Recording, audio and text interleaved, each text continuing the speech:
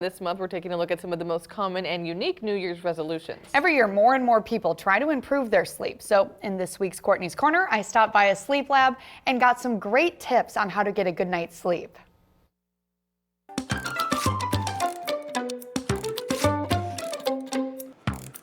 And so all of these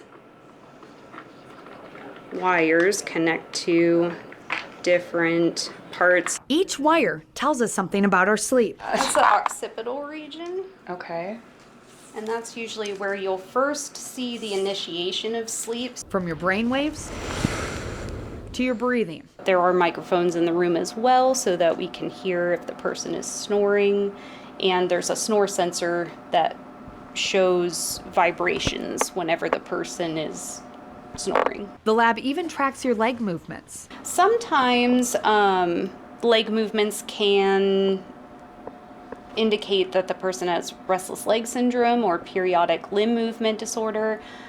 Sometimes they're associated with respiratory events, and once you take care of the respiratory events, then they usually go away. But most people don't really need all of this. They just need to take sleep seriously. We're in a fast-moving time, and it does seem to be the thing that, to get everything accomplished, the thing that seems to take it in the shorts is sleep. Dr. William Ballman is the director of the sleep lab at Methodist. He says more sleep isn't always better. We advocate the 6 to 8 hours and the higher level for like teenagers, but if you get over 10 to 11 hours, especially over 11 hours of sleep, that's been shown to people do not do as well, and their survival is lower. And it's not just the amount. Not getting enough sleep is more than just the hours in bed, because you could be 10, 11 hours or more in bed and still not be getting enough sleep. Getting quality sleep means having a quality environment. Your bedroom should be comfortable, quiet, and cool at around 68 degrees. And what that does is the cool down it helps induce sleep. It releases melatonin, and it can be a big factor. Any light should be avoided, especially blue light, which comes from things like phones.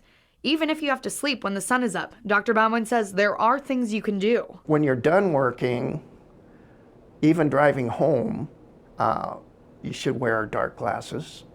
That blocks the sunlight. You should also go to bed at the same time every day, but napping isn't a good idea. If you're napping, you're probably not sleeping good, for one thing. So I think it's a sign you're not getting enough sleep or something's wrong.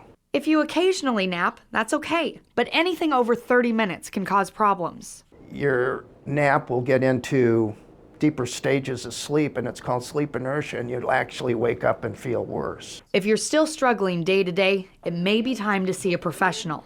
We just watch to see if they're sleeping and what their breathing looks like mostly. Because a good night's sleep can be a powerful thing.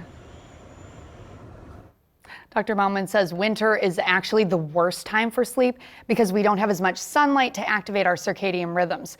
We also tend to turn up that heat, eat more junk food, and take more naps.